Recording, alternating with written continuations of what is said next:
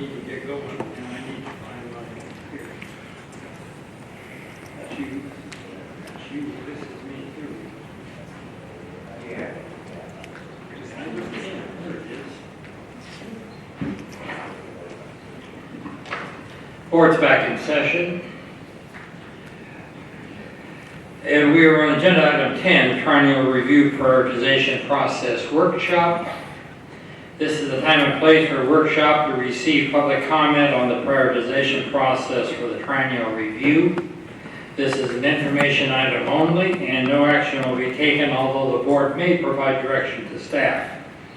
We'll now begin with the staff presentation. Following the staff presentation, interested persons will be allowed 3 minutes each to address the board, and a timer will be used. And I understand on the interested persons, some of the tribe groups wish to do a joint presentation, and we'll handle that when we get to it. Obviously, I'll give them a little more than 3 minutes if several people are participating. Go ahead, Walt. Okay, all set. Good afternoon, Chairman Longley and board members. My name is Walt Plachta. I'm an engineering geologist, and I'm your basin planner in the Fresno office. Today we're conducting a public workshop for the Triennial Review for both region basin plans. I'll provide a brief overview of the Triennial Review process and give you a summary on work to date. I'll also propose a process to prioritize projects for the next 3 years and outline where we go after today. The goal for today is to obtain input from you and from the public on the proposed process and have it approved. Staff would then prepare a work plan using the approved process to present to you at the December's board meeting for your consideration. First, I provide a very brief overview of what a basin plans are, what the Triennial Review is, and where we are now, and then the next steps to be taken. Basin plans are foundational documents for regulatory programs. The preparation and adoption of water quality control plans, or basin plans, is required by the California Water Code, Section 13240, and supported by the Federal Clean Water Act. Basin plans designate beneficial uses for both surface and groundwater, establish water quality objectives to protect those beneficial uses, establish implementation plans to describe the actions necessary to achieve water quality objectives, and describe surveillance and monitoring activities to determine regulatory compliance.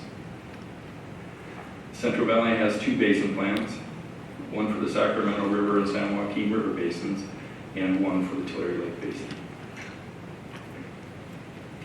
State law requires a periodic review of our basin plans. Federal law is a little more clear, requiring a review every 3 years. The Triennial Review is a public process to solicit comments on the water quality issues in the Central Valley that may need to be addressed through the basin plan amendments. Work plan is prepared for each basin plan, which describes the actions the regional board may take over the next 3 years to investigate and respond to the issues. A priority list of potential issues that may result in basin plan amendments is developed. A priority list is used to direct basin planning efforts over the next 3 years. Our last Triennial Review was completed in 2014. Since then, the board has considered and adopted several amendments to the 2 basin plans. Some have been fully adopted and approved and are in effect. Those would include the MUN beneficial use designation in 12 constructed and or modified water bodies in the Sacramento River Basin from 2015, the MUN and AGR designation for groundwater within the former Tulare Lake bed in 2017, and reformatted basin plans in 2017. Other amendments have been adopted by you and are in various stages of approval by the State Board, the Office of Administrative Law, and or the US EPA. Those include the Control Program for Pyrethroid Pesticides from 2017, Electrical Conductivity Water Quality Objectives in the San Joaquin River from 2017, Region-wide MUN Evaluation Process for Agriculturally Dominated Surface Water Bodies from 2017, and the CD Salt Amendments to establish a Central Valley-wide Salt and Nitrate Control Program in 2018. Before we discuss the prioritization process for projects, it's worth a look at what core ongoing projects planning staff is currently working on. Many of the projects are statewide priorities, and they take a varying degree of our ongoing resources. We don't particularly lead those projects, but we do provide support for them. They include the development of bacterial standards for ocean and inland surface waters, updates to the Bay Delta Plan, and recycled water policy amendments. Others are Central Valley region projects that we do lead and do the bulk of the work required. Here's a partial list of those initiatives. The Delta Nutrient Research Plan, Delta Regional Monitoring Program, the Integrated Report, development of potential ammonia objectives, dissolved oxygen in the old and middle rivers, and implementation of the pesticide control programs. There are also several adopted control programs that are basin plan commitments. As they have been adopted into the basin plan, we are legally committed to complete them. These control programs are often complex and are phased with specific activities such as reviews, reevaluations, developments of additional implementation criteria with scheduled no later than dates. These complex issues again require a phased approach to complete and require resources over many years to implement. Those include like programs of the Delta Methyl Mercury Control Program Review, Pesticide Control Program Review and Evaluations, American River Mercury Control Program, Clear Lake Mercury and Nutrients Program, Diazinon Chloride, Chloropyrifos Control Program Review, 5-year reviews of salinity exceptions. Our current triennial review formally began in June of 2017 when a solicitation was sent out to almost 4,000 interested parties. The call was for those parties to attend public workshops and to provide oral and or written comments on basin plan elements that they felt may need amending. But actually the work on our current triennial review began soon after the last one ended. New issues and requests and questions are always coming up, and many are referred to the next triennial review as the appropriate way to address them. 2 public workshops were conducted in 2017 in August to allow parties from across the region the opportunity to provide verbal comments. You can see the one was in Rancho Cordova, which had a video link here, and then we had one in Fresno. From the solicitation and the workshops, 21 comment letters were received. In addition, 3 comments were received during the process of adopting the salt and nitrate control plan, and 6 of the comments from the 2014 integrated report process were referred to planning staff for consideration during this triennial review. In all, we had a total of 95 individual comments received. Here's a list of the parties that provided written and or oral comments.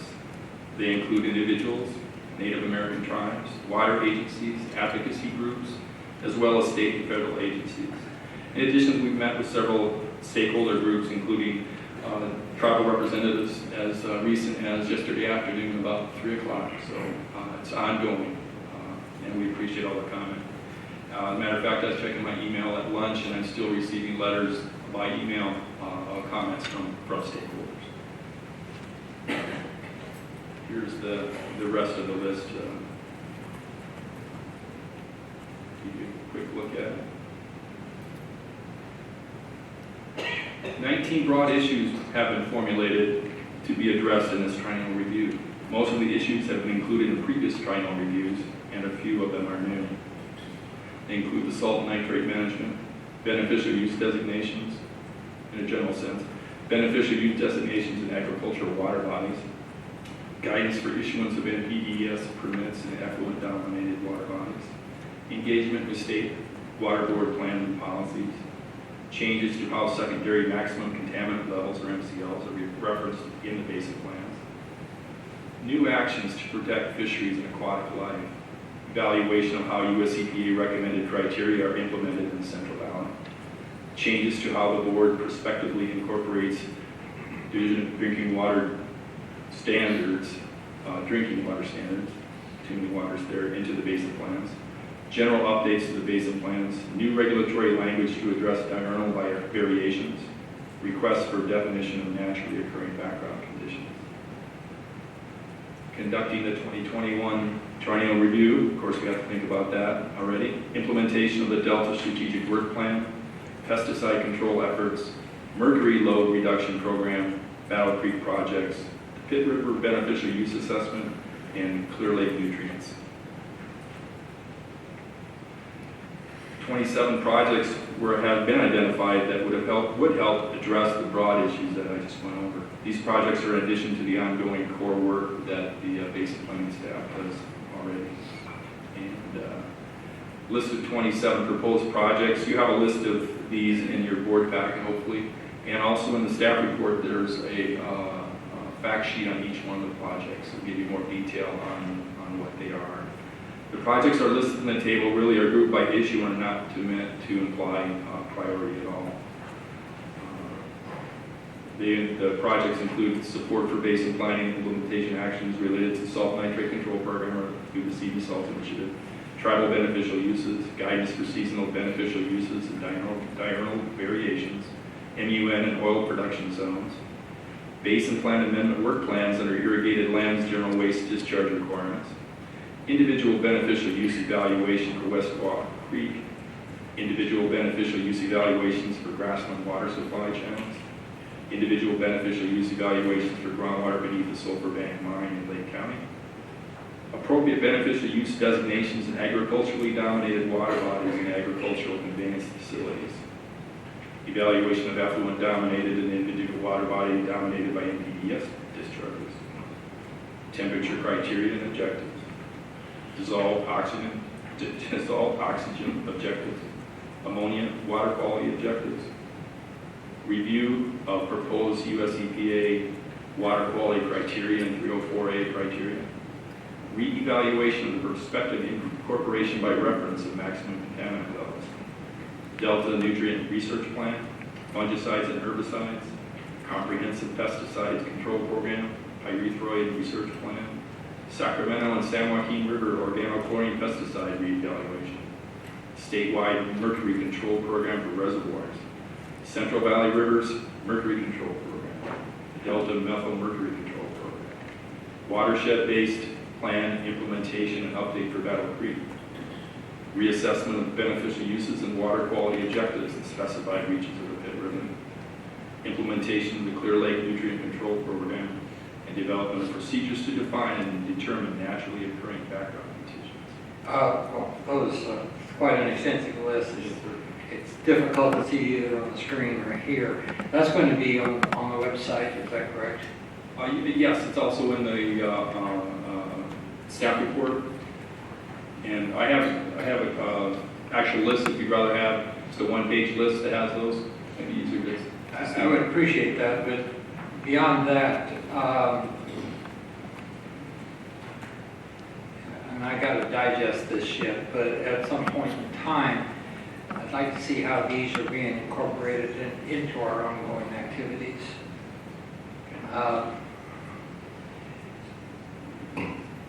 But I need to look at this more detail before I would be able to participate in something like that. Thank you.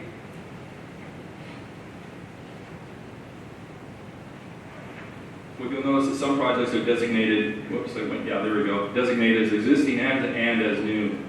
Many issues require completion of multiple projects, each building on the results of the last. Some of the young people on this board may be able to read this, but it's pretty small. I say that with tongue. No, I've got a cheat sheet, it's right in front of me. It's easier for me. Easier for me, I appreciate that. And some of these are actually maybe parallel projects addressing different facets of the issues. Right. With so many worthy projects and with the resource limitations I'll address in a few minutes, there's a need to prioritize the projects, or proposed projects. First, we would propose to set aside those projects where the board has already made an enforceable regulatory commitment. This would include projects where the board is committed to reassessing an existing program, which is in the case for some pesticide programs that are already in the basic plan. This would also include phased projects such as the Delta methyl mercury TMDL, where the basin plan requires the board to periodically reassess and revise the program as necessary. We would also propose to set aside those projects that the board has previously identified as high priority. For example, the salt and nitrate management plan through the CV Salts Initiative.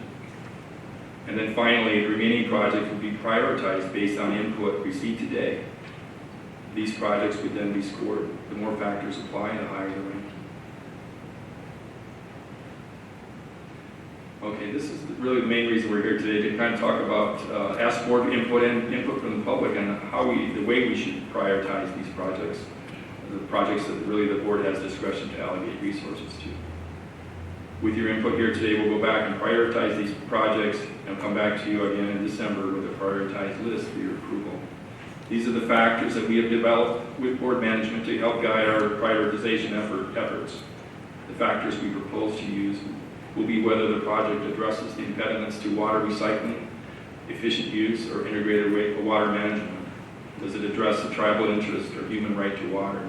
Does it represent an efficient use of board resources? Does it complement prior work? Does it address the special stakeholder needs?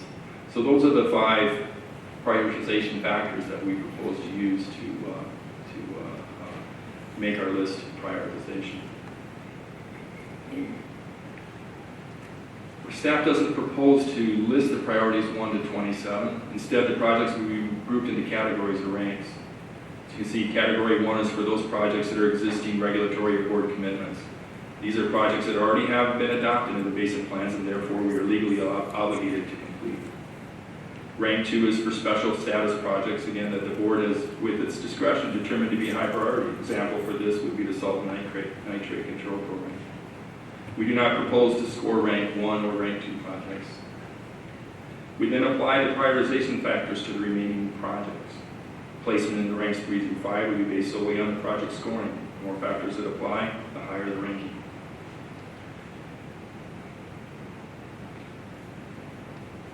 Availability of resources, of course, is critical to prioritization. Staff resources for basin planning activities are leveraged between waste discharge permit fees and federal US EPA funding for approximately 21 person years of PYs.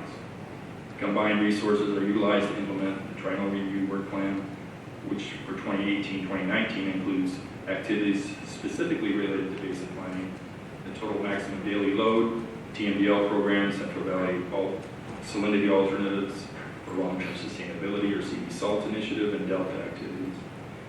You can see much of the staff time is already spoken for. The region planning staff is, again, allotted slightly over 21 person years for 2018-2019. Approximately 89% of the resources are allocated to existing projects and the core support functions that we do.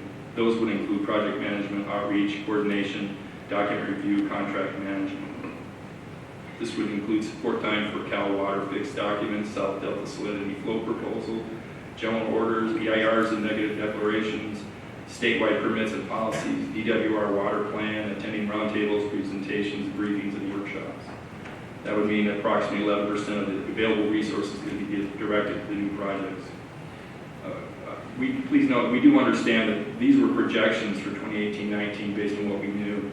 And we're making some assumptions, and we always assume that the allocations could change based on what we decide through this triennial review process over the next couple of months. I understand that, and also from time to time, as we heard today, Yes. on the 319H money, funds can be developed for if they meet certain criteria. Prop 1 would be one example of a source of funding. Very true. Very true. Okay, this is just a visual representation of the last slide showing that approximately 11% of the current resources would be available for new projects.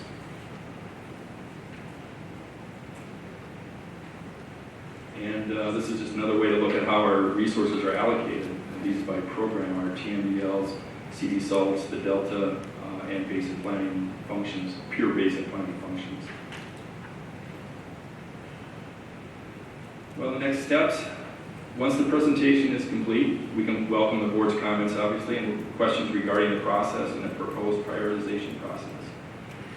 The public would then have an opportunity to provide their comment on the proposed process, and the formal public comment period for the proposed project process ends today. And again, like I said, I've been still getting emails as we speak, I'm sure. After today, staff will prepare a draft work plan based on the process approved today, and taking into account comments from you and from the public. The draft work plan would then be released for public comment, anticipating that the draft work plan will be presented to you during the December board meeting. The public would then have an additional opportunity during that meeting for comment. And if satisfactory, the board would adopt the work plan by resolution. So that That concludes my presentation. I'd be happy to answer any questions. Questions or comments from board members? Yeah? Yeah, I'm trying to get a handle on is there a final report for each one of these projects in the triennial review? Does that occur? No, I don't think the triennial review process is really to put review what we've done, to see what we need to do, and to guide our actions over the next 3 years. Adam, you like you had something to add, I'm sure. No, I just, I think Walt said it just right, that this process, we're looking at really a list of potential projects or additions to existing projects. So they're really, this is what we're asking from the board, or what we will be asking for from the board in December, is essentially approval to tear into some new projects that we call high priority in the next 3-year period. Does that make sense? I understand completely the priority project, prioritization and how it's done. I think that's a very good way to go. I just kind of wonder about something that, has a kind of a final, we did, here's what we found, here's what we did better because it was in the prioritization. So that will be part of the staff report that will be delivered to you in December based on the prioritization factors that we discussed here today. So essentially, we're going to take the fact sheets, which start on page 43 of your packet, and they describe all the individual projects that have been proposed, and we're going to prioritize those and do a brief write-up as to what the results of the prioritization would be, and that's up for your consideration in December. And if you're asking about, is there a common or one spot where the results of all those projects go to, is that what you're asking? I guess I think about an individual project, okay? Like in northeastern California, the Pitt River is one of the projects that was identified last year. Is the constituents and I am asking, what did we do that was more special than routine water quality regulation? Because that's why it came up on the radar screen. I think there were some questions. We needed to go in more in depth. How did we report to the public about what we did that was unique and better because we turned our focus to this particular project? So I'm not sure, and then perhaps we can talk a little bit offline about getting those reports to you. I think that's a little outside of what the process is here. We're talking specifically about planning actions that we have not yet begun. So there's not a team at the regional board that has been coalesced to tackle planning projects on the Pitt River. If the Pitt River receives a priority designation in December, there will be a team that will be doing a write-up that will try and do some follow-up, and then I'll work through the applicable planning programs that are necessary to bring a basin plan amendment to the board to rectify whatever issues are identified with respect to that project. Okay, I understand that. Now, looking back, last year the pit was mentioned. I thought that was the start. So maybe A I year can ago. clarify. What happened was between the workshops and comments that were received either through this process or even outside this process is the board staff looked at potential projects that were brought up. Things that the commenters would like changed or think that need to be readdressed under the basin plan. One of those is the Pitt River. So what happened last year is it was identified as a potential project, and that's why it's included in this list. But what happened last year was just the identification. Now we're going to be looking at the prioritization, and in December we'll kind of finalize prioritization of those potential projects. Now I understand the steps. I guess I pushed the go button a little too soon. Well, and it's an issue, of course, of resources, and resources have been committed to other actions. Now we're looking at possibly some reallocation, but it's a 3-year process. And I would say, you're entirely right. We're doing it a little differently this go around, and there's a couple of reasons for that. Adam and I have been a lot more hands-on with this triennial review for two reasons. One, the program manager for the basin planning program, we don't have one right now. She'll come online. Our start date is October 15th, so it took her a little while to relocate from Southern California. So Adam and I brought her on board, and you're exactly right. When we had the meeting up in Pitt, we were in the process of essentially soliciting projects from the public, asking the public, what do you think we should be doing over the next 3 years? We hadn't begun to prioritize, we just wanted to know what are the projects, and we got a whole bunch of them, and that's what you see in front of you. Usually the triennial review happens, the work plan happens shortly thereafter. We got tasked to do CD salts, and so Jeannie Chilcott, who was the former basin planning manager, was putting all her effort into CD salts. The triennial review took a little bit of a back burner. Now we're bringing it to the forefront again because we need to get this done. And we worked hard to try and guide the board's prioritization, because I think in the past, rightly or wrongly, there's been a long list of projects. It got up to 68 projects. Some of them nobody was even submitting comments on for years and years. We winnowed that down, and we really want to have that hard conversation with the board about what are your priorities. You can't just have a grab bag in front of the board of 68 projects and the comment being, well, these all sound like great projects, let's figure out we can work on them as resources allow. We're really trying to have the conversation with the board that if we do allocate resources to one of these high priority projects, there's a good chance we're going to have to drop something else on our agenda.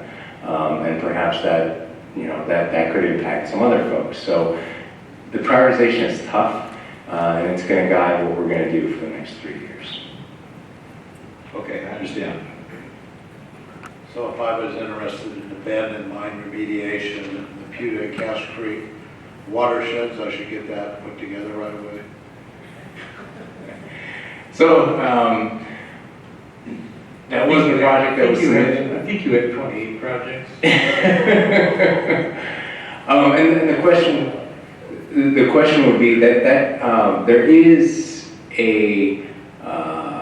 I think including in our existing commitments is work that we're doing to implement the prior TMBLs that we've had for those watersheds. So that's part of the baseline work when Walt says 89% of our planning resources are committed to existing projects. That's actually one of those projects. Let me follow up. What Dan said sort of sparked some thinking in my mind of how we track these things. And if for instance, a project were proposed in say 2000, and where is that now? Did it get done? Did it end up as a basin plan amendment? We've got all these reviews we've been doing for a long time, but even over the last, that would be 18 years, so that's six of these reiterations. Where are we on all these projects, or what were all these projects that were prioritized at some point in time? To be honest, looking back, and before Betty retired, she had a very long list of these projects. A lot of them didn't get done. A lot of them, the prioritization process was, I don't want to say not as robust, but it would be on a priority list as opposed to a strong commitment from the board. We got to get this done. We got to drive hard for this. And so many of the projects never got done. Some of the projects were superseded by subsequent actions. It's okay to say they got dropped or they got lowered in priority. Even now, there might be projects we're working on, and this does happen all the time. Something pops up that has a much higher priority, and you have to redirect resources. Absolutely, absolutely. So I am still sort of interested in that question, and I just want to leave it as a question. So I don't want anybody to think they have to go do that, but if it's a good idea, maybe that's one way to track more over time. I think we want to develop a more robust means of tracking our prioritizations over time. Because the way this has been done has been more of a every 3 years, we start with a clean slate. Betty had a list of projects that maybe didn't get stakeholder interest this particular go-around, but there wasn't a robust way of tracking all the projects, who had interest, whether that interest was waning or waxing, and we're trying to start that effort right now to really track the projects that we've got and figure out, a lot of it is what Greg was mentioning this morning. What are the metrics we're going to use to gauge success, and how are we going to measure what the productivity really of our planning unit is with respect to solving water quality problems? I think both Bob and Dan expressed real concerns with the tracking. At the same time, I'm heartened by the fact that you seem to have a much more aggressive approach now to addressing those issues. And I think you said something earlier that was very true. CV salt sucked the oxygen out of the room for a number of years. And now we've gotten to the point where we're moved past that. CV salts is viable, it's running. We can move on and do other things. Personally, I think it was important that we get CV salts behind us. It's a big part of our program, but we need to move on and do other things. I like the way you're going.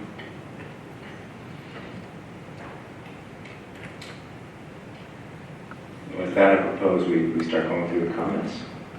Good. Any further comments from members of the board? If not, we're ready to call cards. I have a card from Gregory Wolfen, Pit River Tribe. And also, there's other people from the Pit River Tribe, Agnes Gonzalez, and I can't read the first name. The last name is, middle and last name, Joy Martinez. All Pit River Tribe, I guess you want to present together. If you could come forward, could you find seating up front for all folks? And what I would appreciate is when you speak, if you would identify yourself and your affiliation.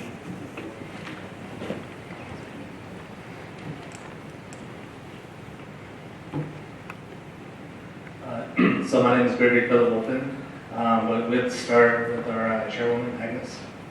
And before you get going, starting off with, I'm going to give you folks 10 minutes, but if you need more time, we can probably arrange that. Good afternoon, my name is Agnes Gonzalez. I'm with the Pit River Tribe and I'm the tribal chair.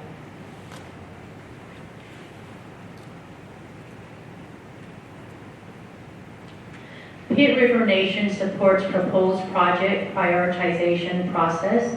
We adamantly support the inalienable and inherent human right to water and the desperate need for tribal interests to be reflected in water planning processes in order to preserve and protect the water quality of the Pit River, which headwaters form in the Goose Lake area of Modoc County and pass through our ancestral lands that lay within the 4 northeastern counties of California, which are Shasta, Modoc, Lassen, and Siskiyou. And finally, these waters move through California and drain into San Francisco Bay. Our tribe lies within 3 of the 9 regions of the state of California Regional Water Quality Control Board boundaries, Region 1, 5, and 6. Some of the projects are the re-evaluating the beneficial uses of the Pit River and updating the basin plans. We also have concerns of the fish passage. My name is Morning Joy Martinez, and I represent the Hamaui Band. I'm the tribal representative for the Hamaui Band of the Pit River Tribe. And a couple of these projects that she talked about, one is updating the basin plan, which is number 10 on the list of projects.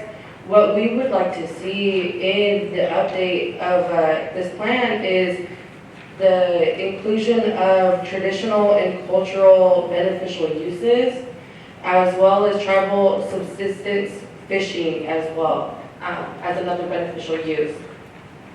We're the Ajamawi Otsagay people. We're people of the Pit River, of Hat Creek. Pit River runs all the way from the top of our nation, all the way down through. The water is our culture. That this is a huge, huge part of us, as well as the species that are in the river as well.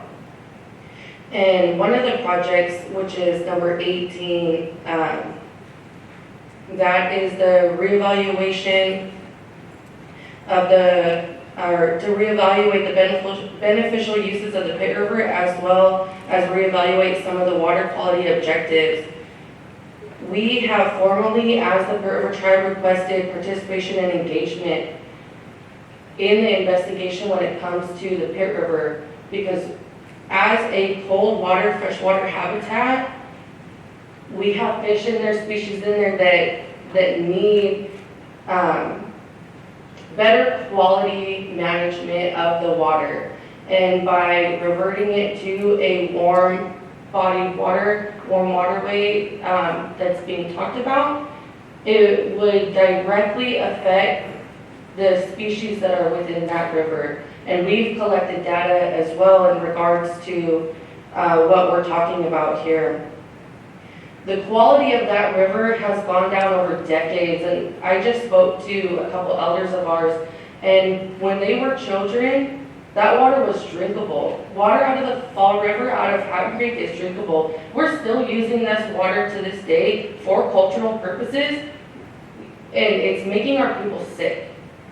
And by reverting or changing the designation from a cold freshwater habitat to a warm freshwater habitat would only allow more pesticides and hazardous materials to be dumped into the river that's already got it's already got a great lack of enforcement when it comes to the water quality. Greetings, my name is Gregory Philip. I'm a Maui band representative of the River Nation. And I'm going to reiterate what Morning Joy is talking about. We did have a meeting with Adam yesterday, so some of our comments were recorded. We would like to implement it, with additional comments.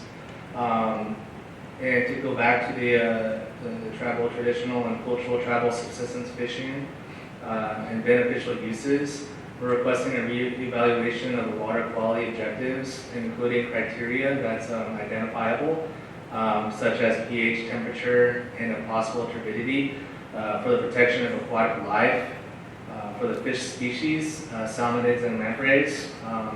So the Pit River Tribe has contracted an individual to do research along the North Fork Pit River, and so some of his focus has been historical and graphical information with the tribe, tribal community, and elders, but also out in the field conducting research. And some of his research is based around lampreys and the historical runs of salmonids through the Pit River. Also for the inclusion of benthic macroinvertebrates, BMIs, as indicators for water quality. The tribe has conducted research for BMI investigation along the North Fork Pit River on the Excel Reservation, as well as Burning Creek, 79 acres in Burning. And so with that, it's indicators of the healthy stream, as well as providing a source of food for salmonids. We also like to include the riparian habitat, and it's included as well because it provides colonization and protection for the salmonids and other aquatic species. The riparian is also used from cultural practitioners, using macrophytes, willows, and other materials for the arts, but also for medicinals that have historical use for the Pit River people since time immemorial. Our existence within the region has been noted for at least 12,000 years, but in our worldview, we've existed along the Pit River and its tributaries since time immemorial. So with the tribe, we believe that with higher water quality standards and criteria, as well as a threshold. It would also limit the occurrence of cyanobacteria, which does occur during low flows, heat, through certain times of the months. But also what exacerbates the issue is nutrient loading that goes into the Pit River, and it does occur in areas along the Pit River where it narrows. That's where the blooms occur, but also too where areas where the water is stagnant. And so we believe that with higher water quality and better flows through the Pit River, that would limit that issue with cyanobacteria.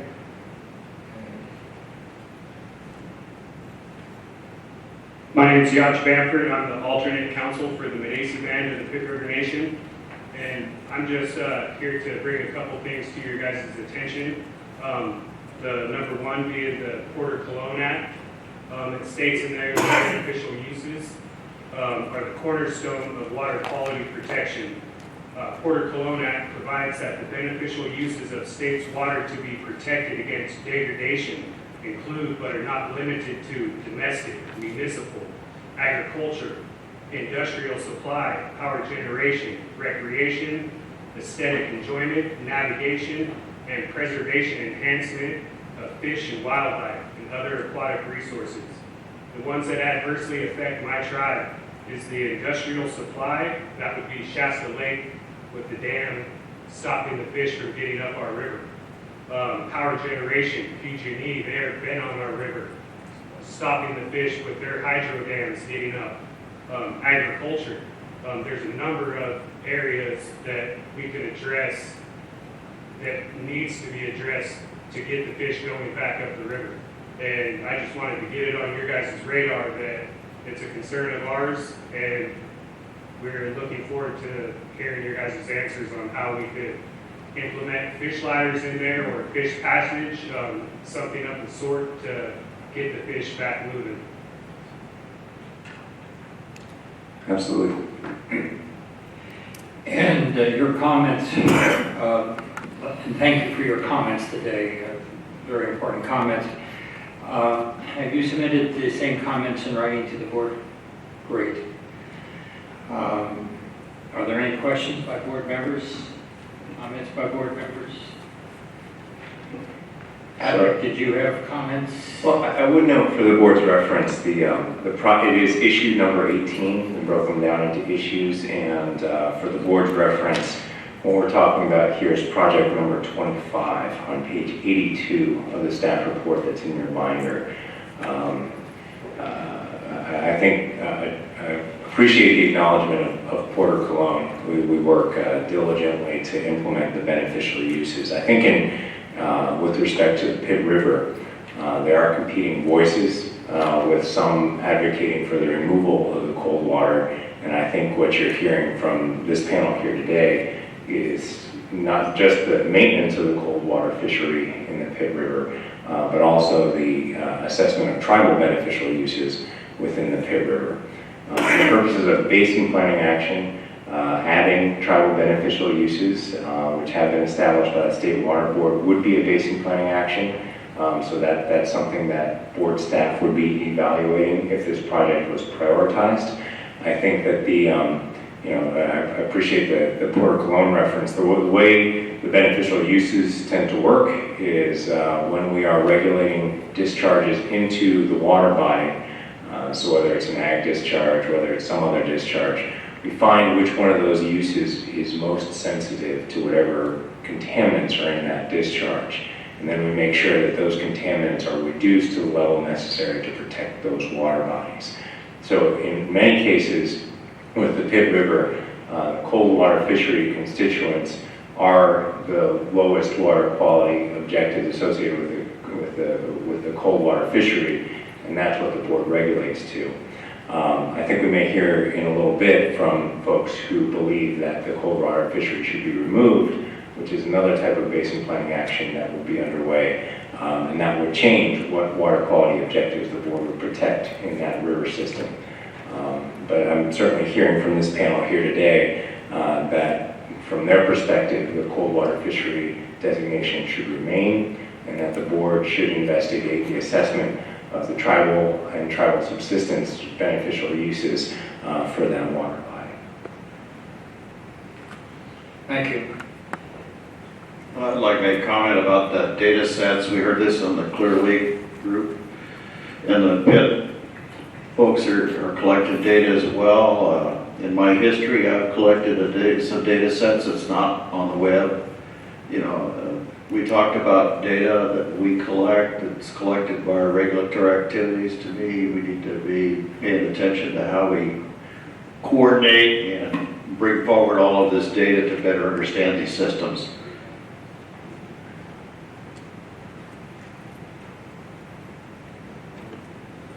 Thank you very much for your comments. Thank you very much. Next, have a card for, I'll blame it on my eyes. First name is Regina, representing Pacific Coast Federation of Fishermen. Sorry, I have a problem with your last name. Do you speak into these microphones? Yes, Other ones? please.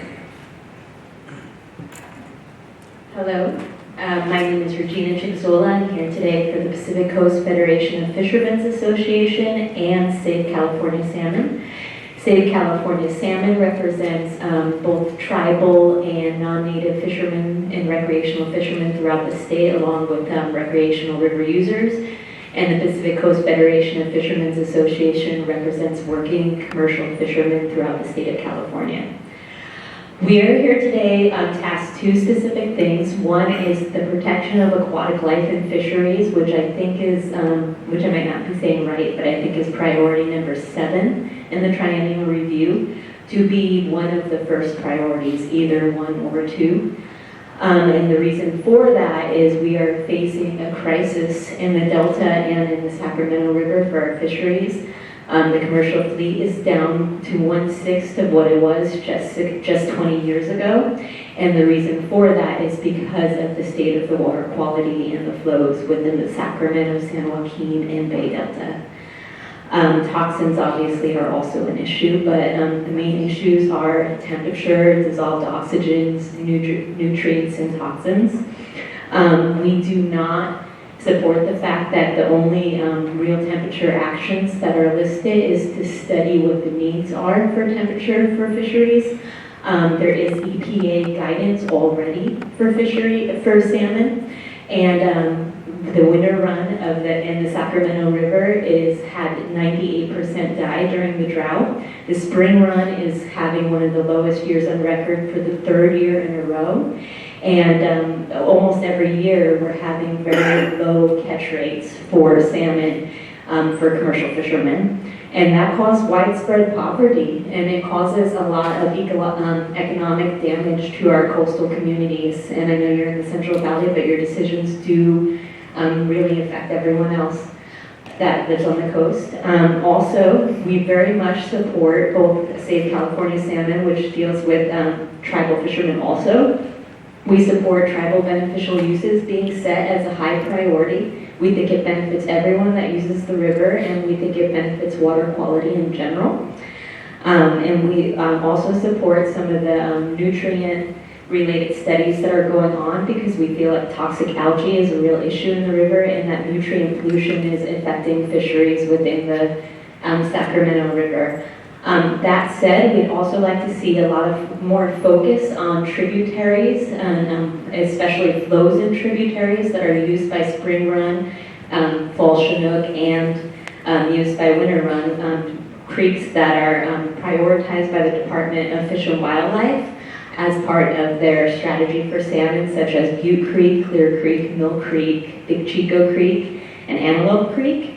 And then one of the last things I want to say is I've noticed that there is a lot of focus on stakeholders within the Central Valley, but they are not the only stakeholders. Fishermen are a stakeholder within this region, and we very much depend on the decisions that you make. And therefore, I really ask, due to the ecological crisis and the fact that we're facing extinction of California's fisheries within the next 50 years, if some action does not happen, that the protection of aquatic life becomes one of your top priorities. Thank you so much for listening to us today. And again, we also support the tribal beneficial uses, and we thank the Pitt River Tribe for coming out today. Please let us know anything we can ever do to help. And we do not support any removal of beneficial uses or delistings. And we know you have stakeholders that represent the agricultural community, but your job is to protect the public trust and protect all Californians. So please focus on protecting water quality and not de-designations. Thank you. Thank you so much, Regina. And just to clarify for the board, we have a few project numbers that would be implicated by your comments. Certainly the temperature criteria and objectives, which is project number 11. Dissolved oxygen objectives, which is project number 12. What I heard from you also was that the fact that there is US EPA guidance and criteria, that's actually on this list as project number 14, evaluating how those will be used in the Central Valley. Some of them are currently integrated into our planning efforts, some of them are not. So that project would be considering those criteria and what's necessary to protect tributaries. The Delta Nutrient Research Plan, when you mentioned nutrients, that's an existing commitment. If you weren't here this morning, we relayed that some of the nutrient research and the HAB research just got a huge Prop 1 grant, $612,000. And we also, for what it's worth, secured a great deal of funding to try and mitigate the fire damage on some sensitive salmoniid habitat due to the Carr fire and to a lesser extent to the Mendocino complex fire. I also heard you comment on tributaries. There is a project number 22 which focuses on the implementation of methylmercury and mercury control program in the tributaries, and that is very much a tributary-centric program that we have on the slate of projects that were proposed. So I just wanted to relay that back to you, that we're hitting on a few of those things. These projects will be considered with the prioritization metrics that are in front of the board, and we'll be having an ongoing discussion through to the December meeting about how to prioritize those projects. But I do want to thank you for your support of the comments for the tribal beneficial use being one of the metrics that we're using to kind of prioritize these projects. So thank you. Any questions or comments by board members? One quick comment on your response is that also when you're looking at the temperature criteria and temperature actions, I think it will really help the state board out in their phase 2 updates, because obviously when you're looking at temperature actions, there's actions that you guys can take, but then there's actions you'll have to go to the state board for. So I think all this stuff goes under protection of aquatic life, but it's also so many other things, like you said. But yes, please really do focus on making sure that the fish don't go extinct. Thank you. Thank you very much. Next card is for Tammy Humphrey.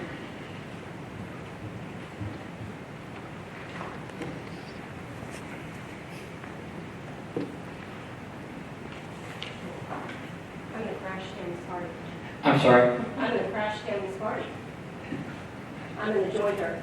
Dr. Very good. Is that okay? That's fine. Sure. Clearly, there's a microphone. Absolutely. Table there. Would 6 minutes be fine? But when just you please introduce yourself over the microphone so we have it on the record. Certainly, Dr. Maybe. There we go. Pam, Giacometti. Oh, thank you very much. Thank you. Okay, hello board. My name is Tammy Humphrey. I'm the administrative director for the Northeastern California Water Association, known as NECWA. NECWA was formed in 2003 by a group of visionary farmers and ranchers with a mission to protect water quality, the environment, and wildlife in the Northeastern California region. Our association is currently helping 215 landowners comply with the Irrigated Lands Regulatory Program. Together, these landowners have enrolled over 87,000 irrigated acres out of the 163,000 owned. Today, I'm going to address the joint triennial review of the water quality control plan's proposed project prioritization. On September 28th, NECWA presented a comment letter addressing the process. For those of you who did not receive a copy via email, the letter reads as follows. The Northeastern California Water Association has reviewed the prioritization criteria. We commented last year regarding the reassessment of beneficial uses and water quality objectives in specific reaches of the Pitt River for the 2018 Joint Triennial Review. Geology and hydromorphology of the Pitt River has been studied and documented for over 50 years and recorded in scientifically reputable methodologies. Personal communication and resource-dependent managers have watched and worked with the Pitt River's ebbs and flows for far longer than that. The Pitt is a very different river in Alturas than it is as it enters the confluence of the Fall River and subsequently into Lake Britton and then onto Lake Shasta. The documented differences over the past decade clearly indicate the Pitt within its reaches should have clear delineation between designations of warm and cold fisheries and the beneficial uses that go along with those designations. We thank you for including this review among the projects in this update of the Triennial Review.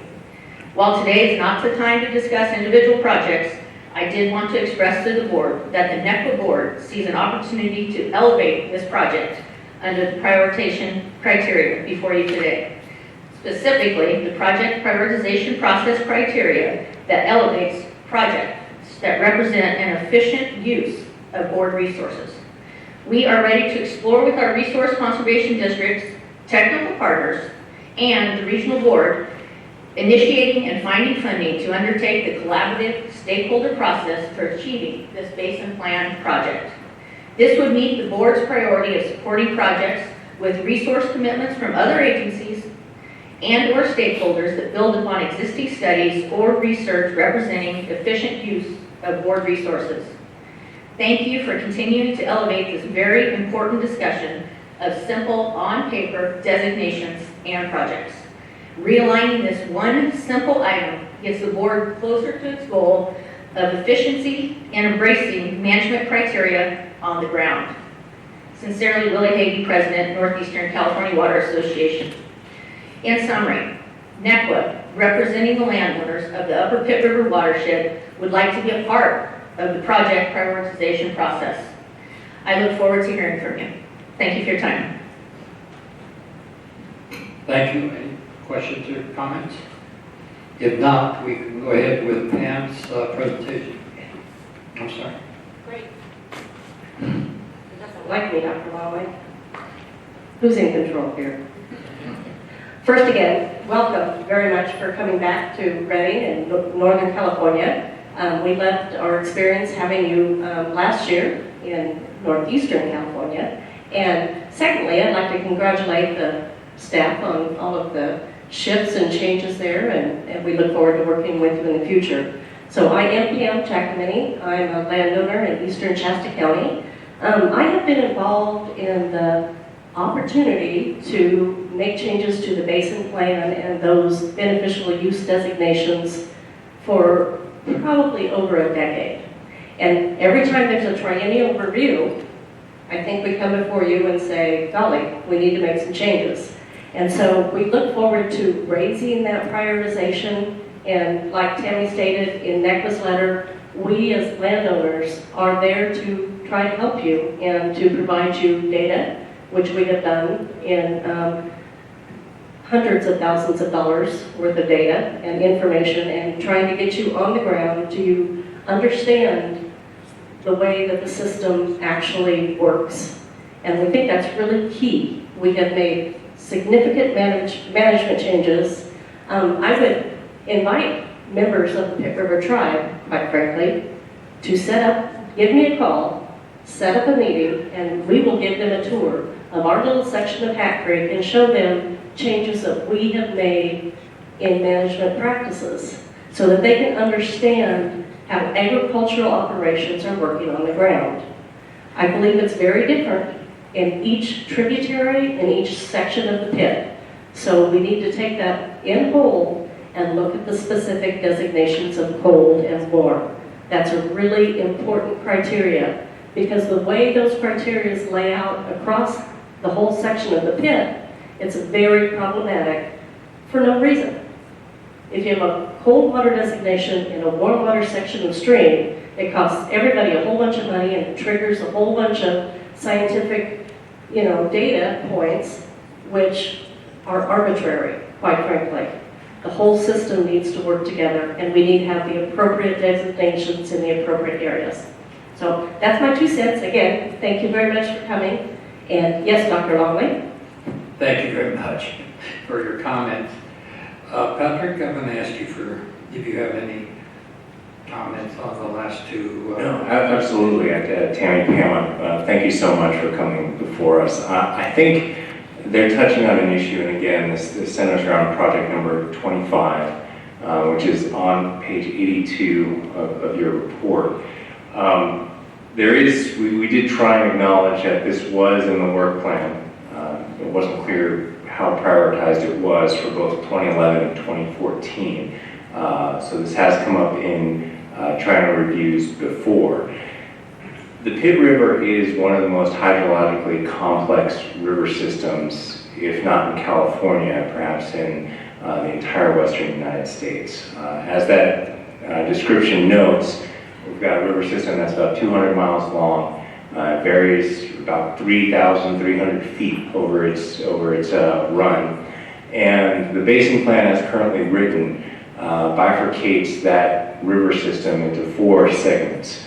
There's been comments in the past that there could be a more granular division of that river system to more accommodate local needs. I think, given the comments that we've heard here today on both sides of the issue, if the board were to prioritize this particular issue, we need to engage in a fairly robust stakeholder process to really understand the data needs, the requests, and what really would be the environmental outcome from making beneficial use assessment and potential beneficial use changes with respect to the Pitt River. I think there's an opportunity to really evaluate the beneficial uses in light of both the request for tribal subsistence and tribal beneficial uses and the cold and warm water objectives. And then you add in the complexities of dealing with a hydrologically modified river system that's used for energy production. Is a very complex issue involving a wide variety of stakeholders. So I don't have any answers for you here today, but I appreciate the comments that give rise to tell the board how complex this system is and how the competing interests in the I think everybody's looking out for the health of the river system at the end of the day, but they're certainly seeing the river system through slightly different lenses. So Dr. Longley, if I Go may, ahead. so Patrick, you're right on. It is a complex system and we understand that, but I don't think we're competing interests, quite frankly. I think we can come together at the table and work together once we understand the system and what the requests are. Absolutely. I mean, these are very complex issues, and I only say competing in that today we heard maintain the cold, and also perhaps the cold shouldn't be designated. So it's only in that sense that I say that there's competing interests. I think as many of our long stakeholder processes have wound up, we've found situations to find commonalities and move environmental regulation forward. I don't know, I can't prescribe the direction that would go at this stage, but I appreciate your input on these tough issues that the board needs to wrestle with.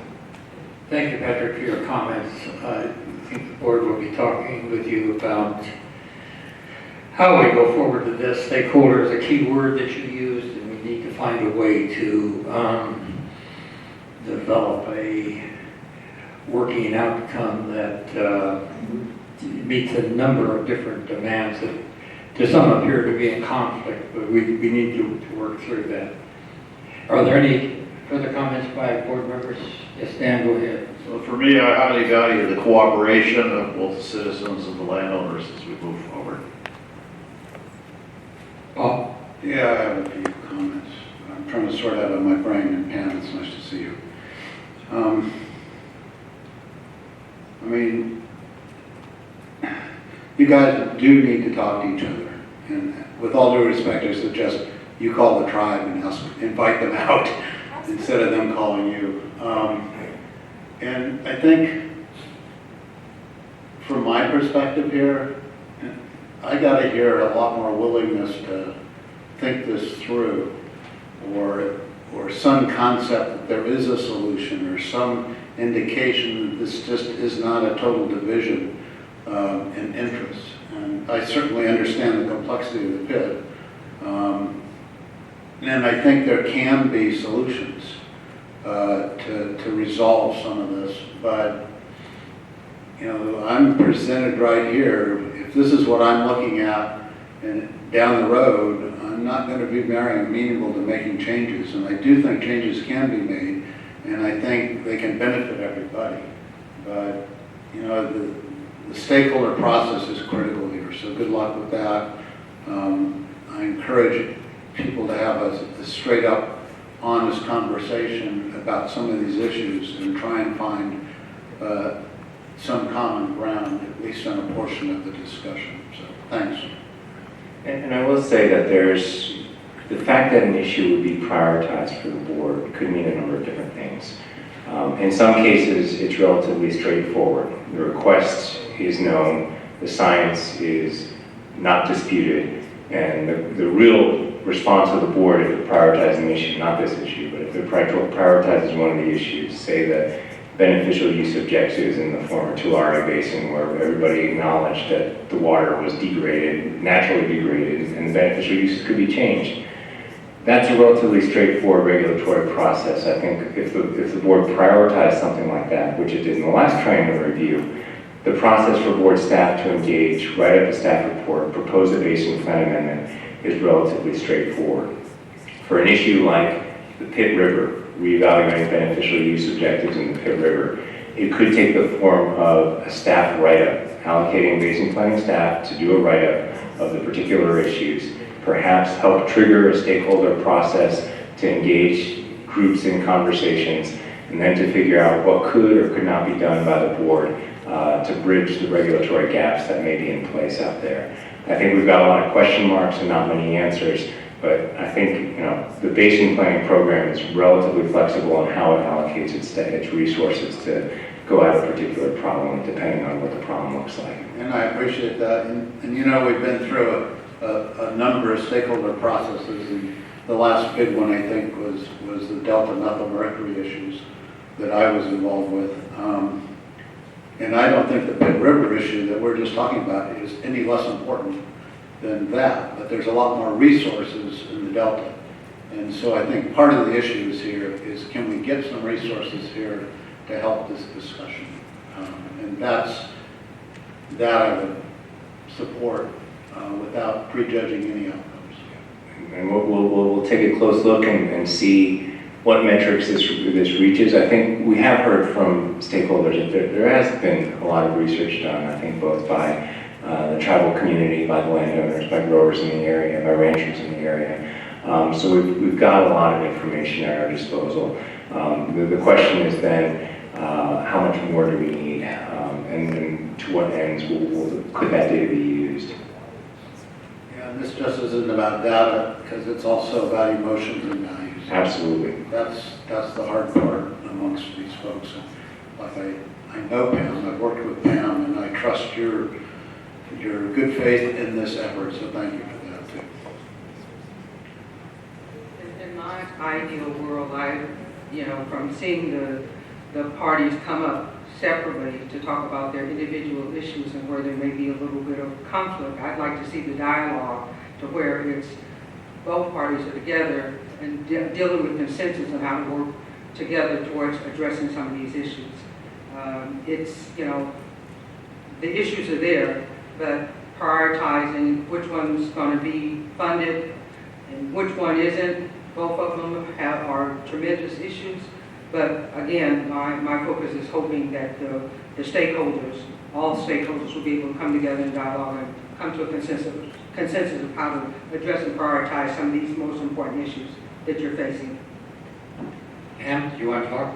Go ahead. Thank you. That's a perfect point, but we need a commitment from this board that if we go through that process, it will have some value and you will take some action on whatever we come out with. Because we could all invest, you know, how much time, I've already said how much time we've spent on this issue, and until there's a commitment from the board that you guys are actually willing to prioritize it, move the discussion, you know, to that point of a decision and embrace the stakeholder concept. And Patrick kind of alluded to, well, we could kind of encourage the stakeholder process, but you know, we're not going to go through that process unless we know it's going to be heard and valued and you have a priority in making a decision. So. Well, I think that's going to happen. The issue today is we're here to listen to folks, and some of this information we're going to have to mull over, and we're going to come back in December, and I think you've heard willingness here, and folks up here thinking, expressing how important this process is for the Pitt River. And today we've heard a couple of different things that don't mesh too well, and it's been said that maybe they should mesh better, and we've got to figure out how to do that. And how we get to that point is also the vehicle to get to that point is also very important. And I think that's something that this board has to figure out, and I don't think we're prepared to give you a hard answer today on that. But December is when the rubber hits the road, so to speak. Perfect. I look forward to that. Thank you very much. And thank you. I have a card from Melissa Thorne. Thank you. Somebody who I don't know.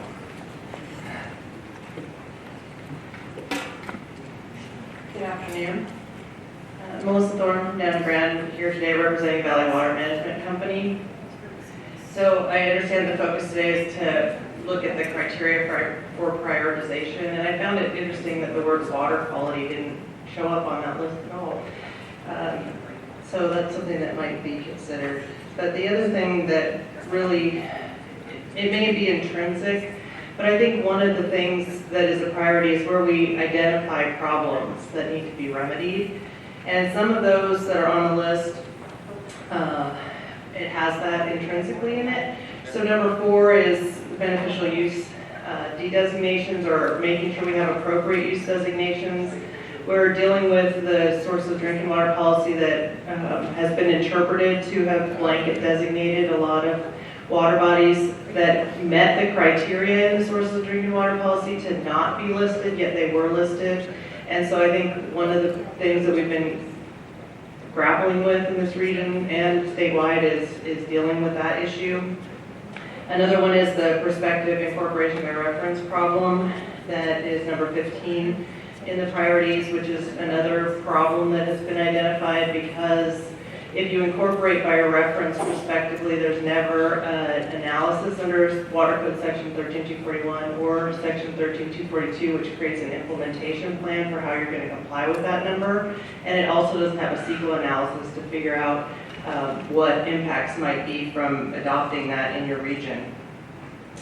But the fixing the old problems may be part of more efficient use of board resources, because I think, you know, if we can get rid of some of those problems, then and we don't have to focus on them anymore. And also it might fall under the impediments to water recycling and efficient use.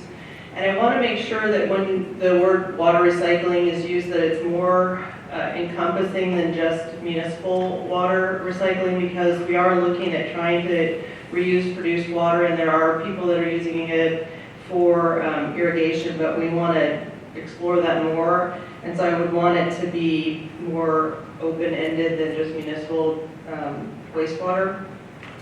And also I want, one of the things that we have put in here, and it's in the packet, but kind of says that it's not going to be a priority, is the issue of boron, and we've talked to you about that before. It didn't really make the cut for the entire CV cells process, but again, it's, as the last speaker said, that we're committed to do the science, but we need a commitment from the board that if we do the science, that it's going to make a difference and we're going to get basin plan amendment to incorporate it. So either a commitment to put it into the CV salts process as part of the stakeholder world, or that there's a commitment that if we do this science and work with the water board along the way, that once it's gelled, that we will have a basin plan amendment. And then the last thing I wanted to say was if there was a way to extend the comment deadline at least to next week. The state board generally does that where they have a workshop and they allow people to come and listen to what is said at these hearings, and then a couple days later you get the comments in, because sometimes we don't know what all the issues that are going to come up, and if the deadline is today, you may not be able to get a fully functional letter until next week. So that was all I have. Thank you.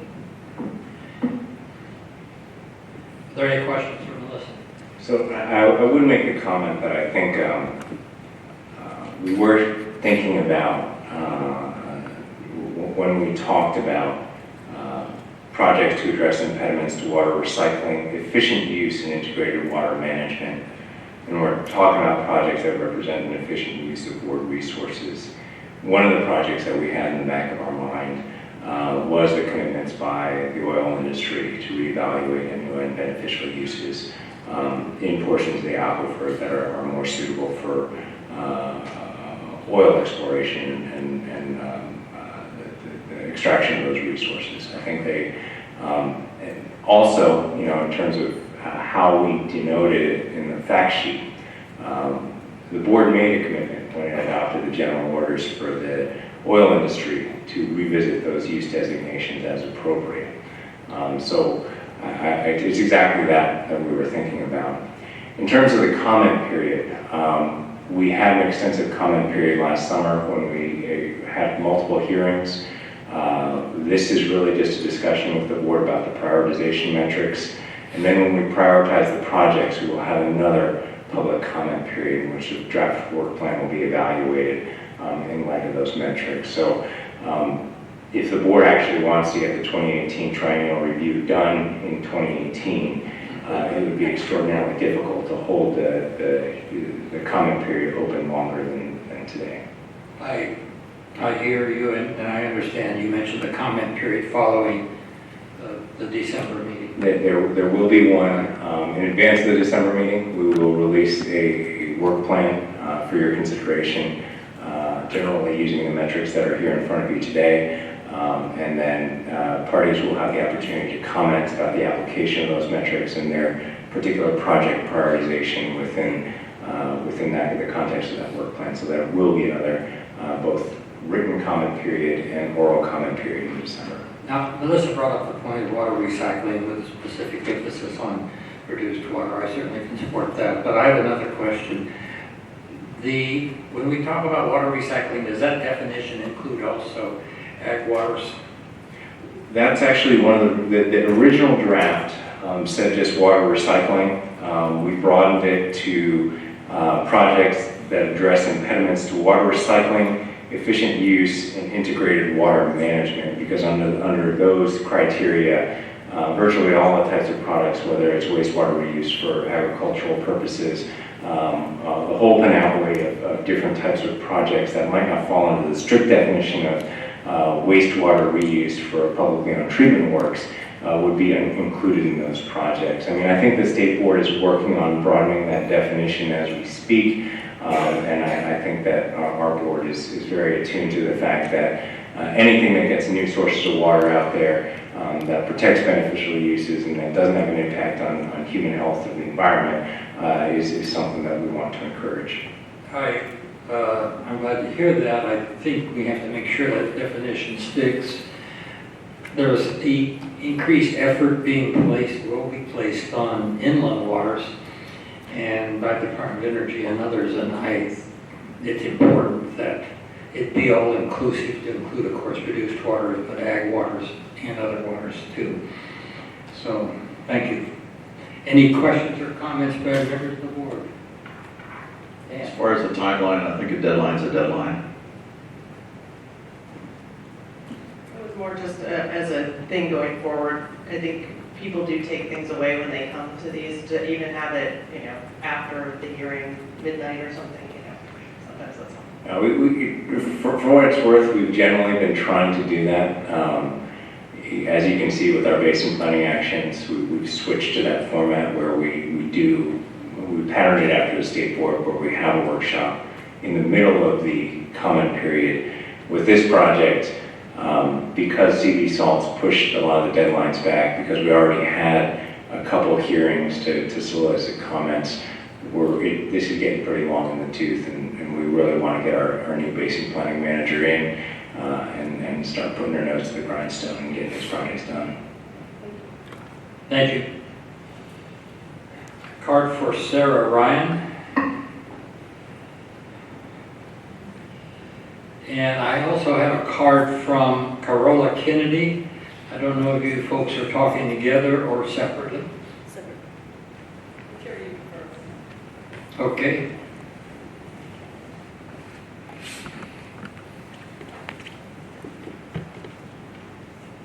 Good afternoon. My name is Sarah Ryan. I'm the Environmental Director for the Big Valley Band of Pomo Indians.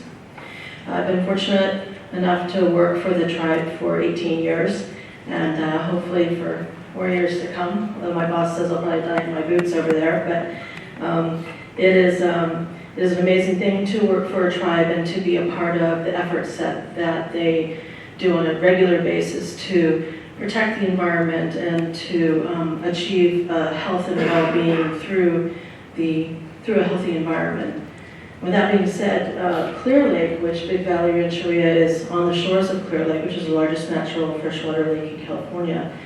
That lake, its environment, its water quality, the amount of tules on the lake, the native fish, many things have degraded over the decades, and because the tribes have not been an integral part of the process that the region has, basically because we didn't know it was going on, and only became aware of it in the last decade or so.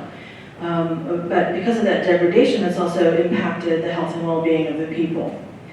So, at Big Valley, the members, of which there are more than 1,000, they are using the creeks, they're using the lake for traditional uses. There is subsistence consumption going on of the native fish of Clear Lake as well as some of the introduced fish of Clear Lake. We have been a successful part of getting the Clear Lake hitch on the California Endangered Species List, along with the other tribes and some other entities within the region. But that subsistence fish consumption is still going on.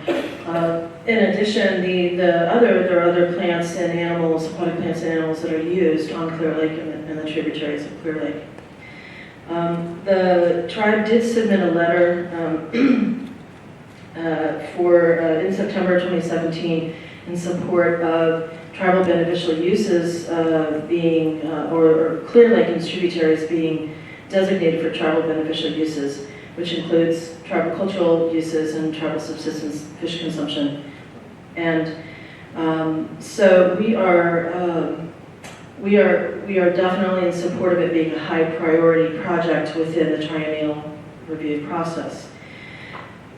There are a lot of benefits to making tribal uses a high priority project. First of all, I know Patrick had said that there are other, when you do permits and make other decisions, you are using the most sensitive beneficial use to as the basis for.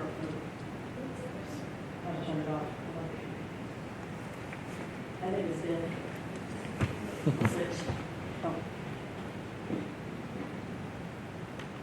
Thank you. For the record, we did not cut off your mic. Okay, to find my point. Oh yes, so but tribal beneficial uses have not been used to protect water quality in Clear Lake and other water bodies in California.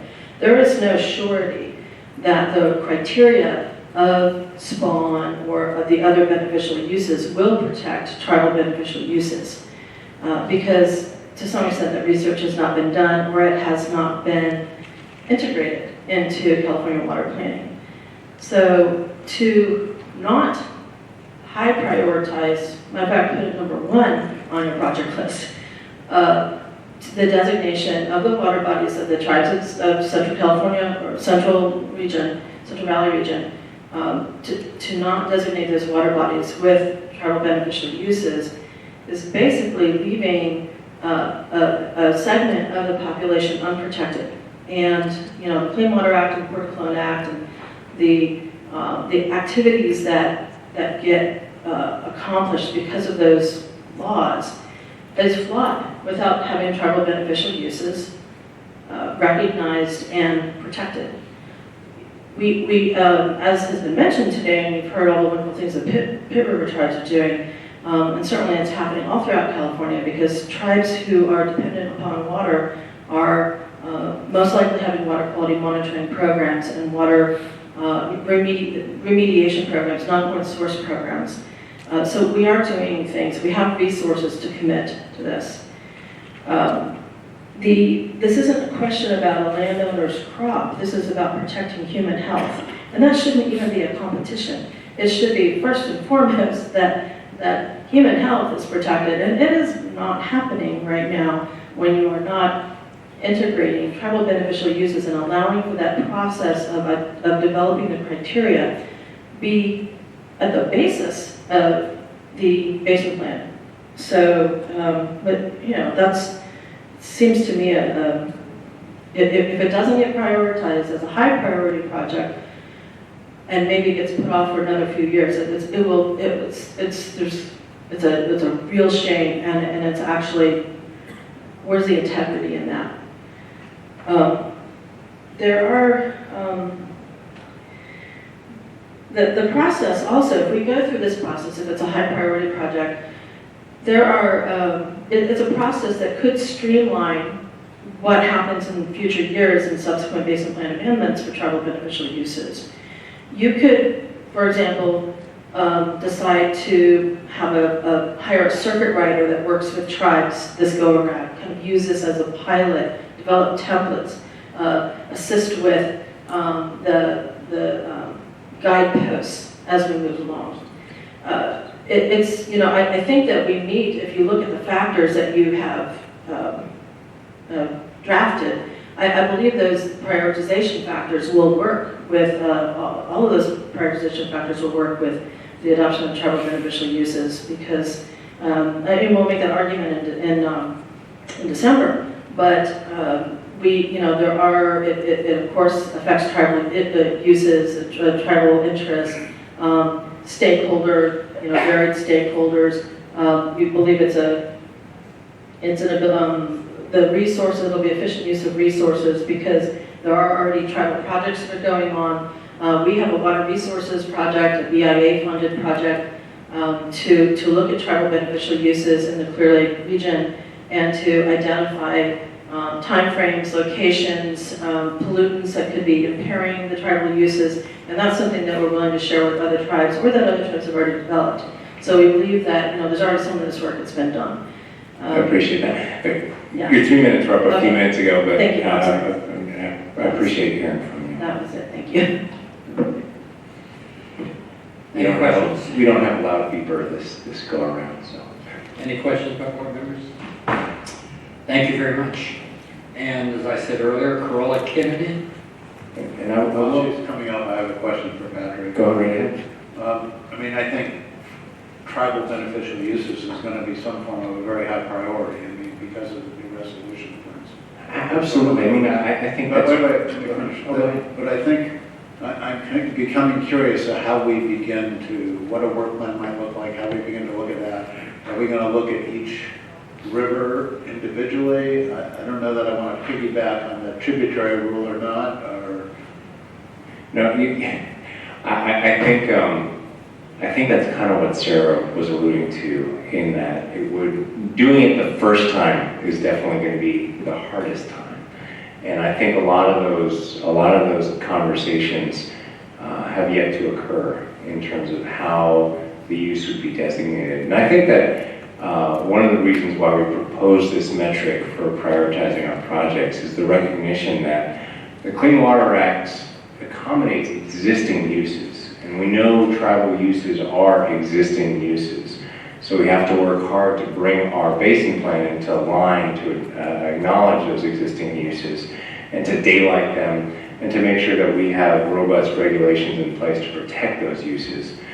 The complexity certainly is multifaceted in that for many water quality constituents, we don't have a number. We don't have the science necessarily to say, for tribal beneficial uses, this is the number, this is the most sensitive number to protect.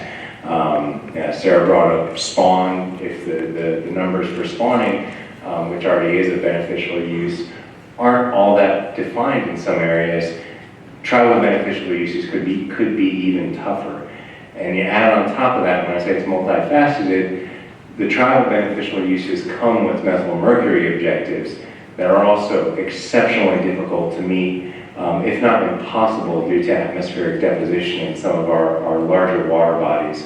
So all those issues are, to a certain extent, issues that the state board piled into their definition of beneficial use, tribal beneficial uses, tribal subsistence beneficial uses, and tribal cultural beneficial uses.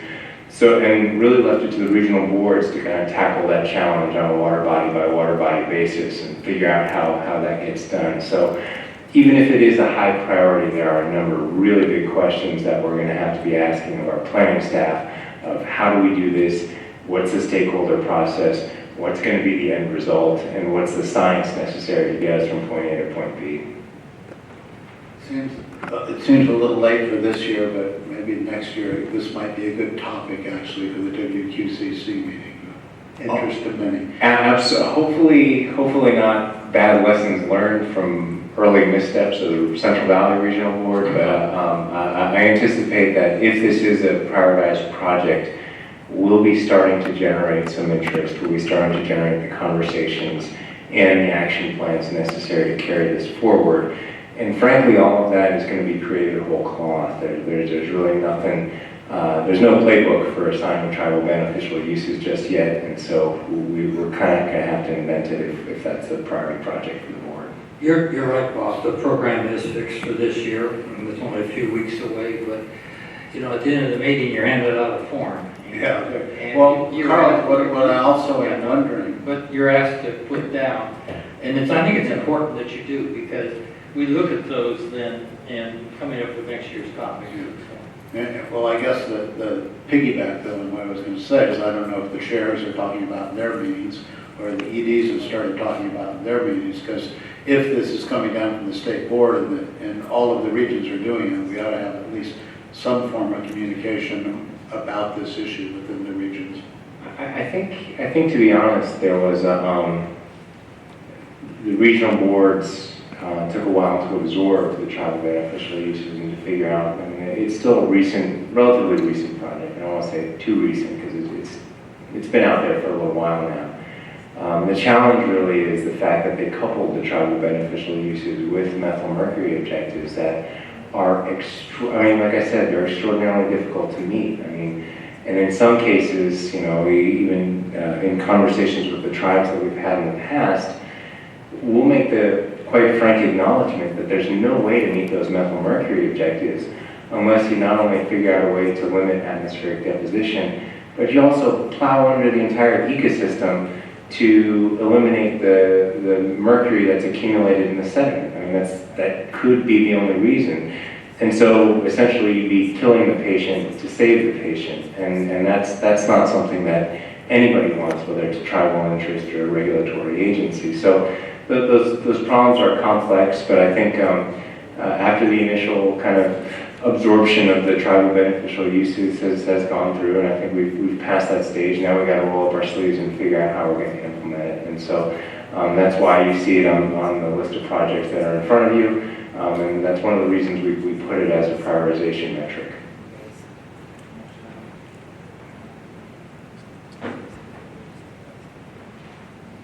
Good afternoon. Thank you for hearing us today on these topics. That is very important. I'd like to speak on two different project numbers, project number 2 and project number 8. I'll start with project 8, which is the individual beneficial use evaluation for groundwater beneath the Sulphur Bank mine in Lake County. Apologize, I didn't introduce myself. Carla Kennedy with the Elam Indian Colony. I'm the environmental director. Elam Indian Colony is a part of the Superfund site, the Silver Bank Superfund site, and we work diligently with Central Valley Water Board and EPA as a stakeholder in this process of remediation. We're concerned about the de-designation of the groundwater at this time of the project because the remediation alternative has not been chosen for the mine site. So I think it's early in the game to do an evaluation of that nature where a remediation on the mine site, which is looking to happen in the next 5 years, would change that evaluation completely. You could be changing the direction of the groundwater flow depending on what remediation alternative is chosen. So I think it would be a waste of resources, honestly, to look at this. And also I think it's stepping on the tribal rights to water also. Not a water right specifically, but the use of the water, the beneficial use of the water. Because we are part of the Superfund site itself, it would impede, I think, the tribe's ability to the use of that water. And we would be here again after remediation asking for it to be relisted as municipal probably. So, EPA does have the ability to pose institutional controls through the circular process, which I think would address the human health issue of the groundwater if it's still in the state that it doesn't meet the requirements to be municipal drinking water. I'm concerned also, the tribe is concerned also that this comes about now at this point that we're choosing remediation, where it's more about lowering the cleanup standards than about human health is what we see it as. So that's a concern to the tribe. But on to project 2, which is tribal beneficial uses and the designation of that in Clear Lake. I would like to say that I do like the criteria that has been put out for prioritization. I feel that this project does meet all 5 of them easily. Right to water is definitely one. Efficient use of board resources. I believe it's, as you stated, Patrick, it is a use that's already in use, so it should be a beneficial use. The tribes are here today to talk about and to support this and show their support and have been supporting it all the way through the State Water Board. Tribes bring to the table a different level of resources that aren't available to a lot of other nonprofits or agencies or corporations. I think we bring that to the table. And we bring to the table the TEK, Tribal Environmental Knowledge, which has just changed a lot of different scientific aspects. And it's being considered as science nowadays. And it should be, because it is. It may have a different language to it, but it's still science. And integrated water management, I think we implement that within all of our programs. And there's 4 members here that will be on the Blue Ribbon Committee that starts next week. So we are all very interested and engaged in the integrated water management plans of the lake. Compliance or complementing prior work, we're going to have to look at different water quality objectives, which is something that's already in there for existing plans. And we, as Sarah had stated, house a lot of data that could help with creating these water quality objectives. We want to be there with the board to get through this process and to go through this process, which has somewhat been done by the North Coast Board already. So there is a little bit of a template out there, but we're happy to be here to help, produce and develop it and be a part of it and bring to the table not only ourselves and our ideas, but tribal knowledge and, monetary resources if we can, and project that will help implement this process. And that beep was with 3 minutes, but I'll let you go on. No. Okay. You mentioned that and I know you were one, and Sarah was one of the Blue Ribbon Blue Ribbon Commission members, and my feeble brain forgets the name. If you'd introduce your other 2 participants, please. The other 2 participants is Linda Rosas-Bill from Abamatal Overlake and Alex Tyler from Scotts Valley. So we'll see you next Wednesday. Yes. Any questions or comments?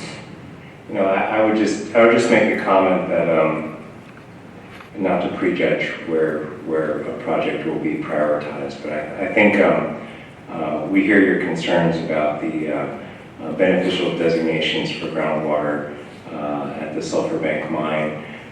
We certainly hear those concerns. It was a request from US EPA, so it is in the list. But I fully acknowledge that the remediation strategy, the ultimate remediation strategy at Sulphur Bank has not been finalized. So in some sense, maybe it isn't an efficient use of board resources. Maybe it isn't a good acknowledgement of tribal beneficial uses to prioritize that project. Again, not prejudging where we're going to go with that, but I think I just want to comment that we hear some of your concerns regarding that particular project. Any comments by board members? Thank you very much. Thank you. We'll see you in December, I'm sure. Yes. Last card I have is Debbie Webster. Civic Club.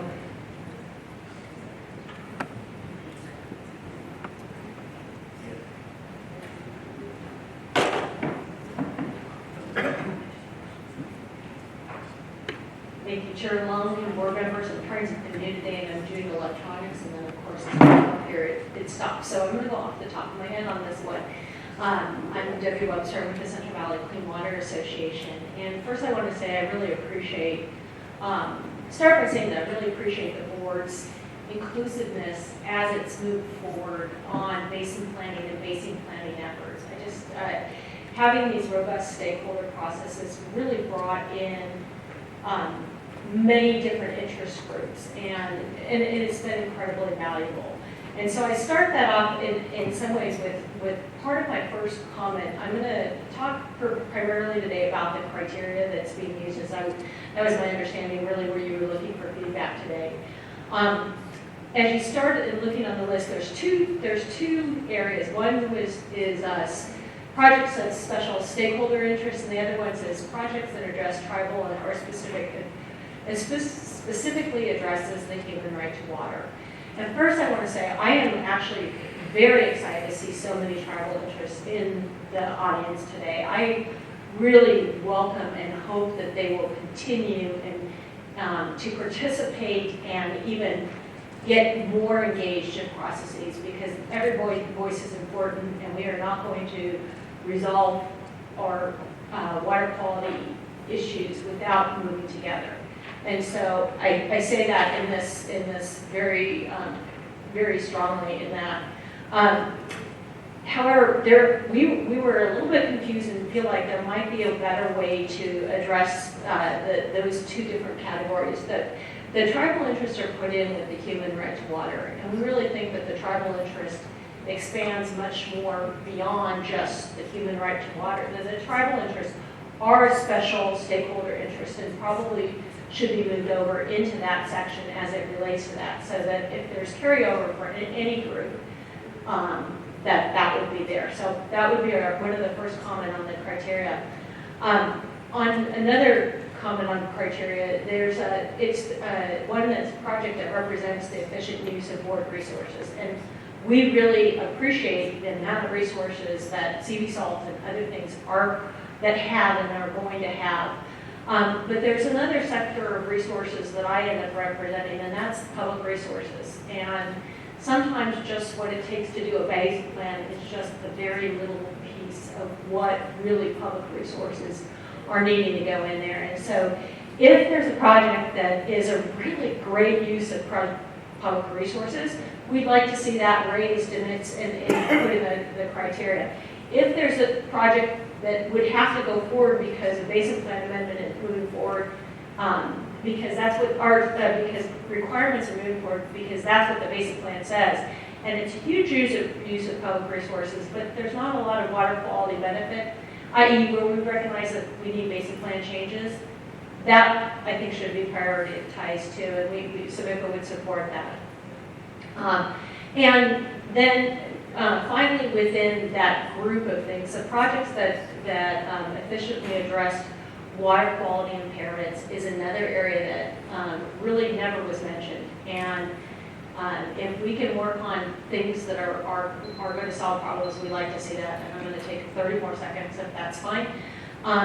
Because this is off script. You're going to get a letter from us, but one of the things I really did recognize and things that you might want to consider as you're finalizing your recommendations is there was a lot of, in the different project lists, there was a lot of areas where I felt like efficiencies could be gained by doing some overlapping of projects and things that worked well together. And it might not sit well on its own, but together it might make a lot of sense. So to really just think strategically of how those projects could be combined together. Thank you. Thank you. Any board member comments, questions? Thank you, Debbie. I just reiterate a little bit of what Deborah said about strategically looking at which projects might actually be complementary and overlap. Absolutely, and actually, that's precisely why we included a metric for projects that complement prior work. I think that could be expanded to complements prior or existing board work, which is really how that metric was meant to be used. I think in terms of lumping tribal interest into projects of special stakeholder interest, we, again, with consultation with Adam and with the other AEOs, we felt that there was a distinct perspective from this particular board that we've gotten over the years that tribal beneficial uses, and especially and from the state board, and the human right to water should be a special category for use in prioritization of these projects. I think that this board has articulated its commitment to that through resolutions, and so that's why it's called out as a separate metric, different from just projects of special stakeholder interest. Lastly, I like Debbie's comment that resonated with projects that represent an efficient use of board resources. I think projects that represent an efficient use of board or public resources, acknowledging that there are resource commitments through the agencies that we regulate, and some of the board actions can change that and have some efficiency on that end, is something that we'll take into consideration when we'll present to you one way or the other in our staff report. We'll acknowledge that one way or the other in the staff report that we'll present for you in December. Lastly, in terms of addressing contamination, the tough issue is that there's few planning actions that were proposed that address contamination per se. I mean, we're talking more about planning actions here. Contamination by its nature is something that the board has an obligation in the basin plan to often rectify through cleanup and abatement or through discharge permits. The one large exception to that certainly is CD salts, which deals with the legacy contamination issues due to nitrates and salts in the valley. But there was not another project that kind of dealt with that, with the possible exception of the Sulphur Bank mine that dealt with that squarely in the slate of projects that was presented to us during the solicitation process last year. Thank you. At this point, we finished with testimony. Are there any further comments that board members would like to make to staff regarding this particular issue? The question might be more, is there further direction that staff feels like you? Well, that's correct. I think we've heard a lot today, and I think we've got enough to formulate a work plan for your consideration. My only comment would be that I will pledge to both run down and make sure that impediments to water recycling includes the broad type of projects that Melissa brought up in her comments, and also in terms of the criteria, we will look into, I can't promise that we'll do it one way or the other, but we'll talk with staff and see if we can broaden that projects that represent an efficient use of board resources to also public resources, to acknowledge a comment that Debbie made. The rest of the comments that we have, we've certainly taken them to heart, and I think we'll integrate the thoughts that have been presented to us in the work plan that we'll present to the board in December. Thank you very much. Wait. You got Something some that of we those problems? said. Yeah, I mean, one of the things I said is, in the testimony is, working in the Delta is critically important and there are a lot of resources. But working, and that has a huge impact. Working, for instance, in the Pitt River or Clear Lake, there's less people involved, there's a smaller region, isn't going to have the impact, but it's still just as important. And so I don't know how you prioritize based on those things, with whether they're public or board resources, or if there's just a tremendous need to find the resources to be able to do that work. To be honest, the pit is probably the toughest of these projects for us to wrestle with in terms of how to prioritize it. I would suggest that, we have created a category of projects the board could potentially deem a high priority project that would essentially say, no, we are getting to this. We understand the scoring metrics, but we are getting to this. For what it's worth, CV Salts is a project that is absolutely within that. We're not ranking CV Salts because it is a commitment of the board, and for the aspects of it that the board hasn't done yet, we view that as a high priority for the board. It could be entirely possible that when we present our staff report to you in December, that the comment would be the Pitt River should be another one of those projects that's considered a high priority project. And Bob, I think you bring up a very good, important issue. We have to go a long ways between now and December, I think, as I said earlier, to figure out how we're going to address the Pitt River issues. And we have to be unique. It's one of a kind, if you will. And the resource issue is obviously part of that, but there's a lot of other issues there that have to be resolved to be able to, I think, have a viable approach as we go down the road. And I will say to you right now, I am not going to be proposing the answer for you for the Pitt River between now and December. I'm shocked. I fully expected you to. No, I think in all seriousness. Yeah. But what I do expect is a direction, an approach. And we will be refining that the fact sheet for the Pitt River to take into account what we've heard today. And really kind of bringing our heads together just to say, if it is a prioritized project, well, what is that prioritized project? And I'm leaning in the direction of having staff write up something that includes an analysis of existing water quality data and early engagement in the stakeholder process to see where we are. And potentially that could yield something more concrete as the process evolves, or potentially that could lead in another direction. But the commitment from the board in December would be a commitment to allocate staff, to continue to allocate staff resources to tackling those tough issues in that watershed. Thank you. Any further comments for board members? We got one item left, and it is now about 2 minutes to 3. Let's be back here at 5 o'clock. We're taking a short. What did I say? Oh, yeah, sure. 3 o'clock. I will be back here at 5 after 3. That's what I was trying to say. Sorry, it's a long day.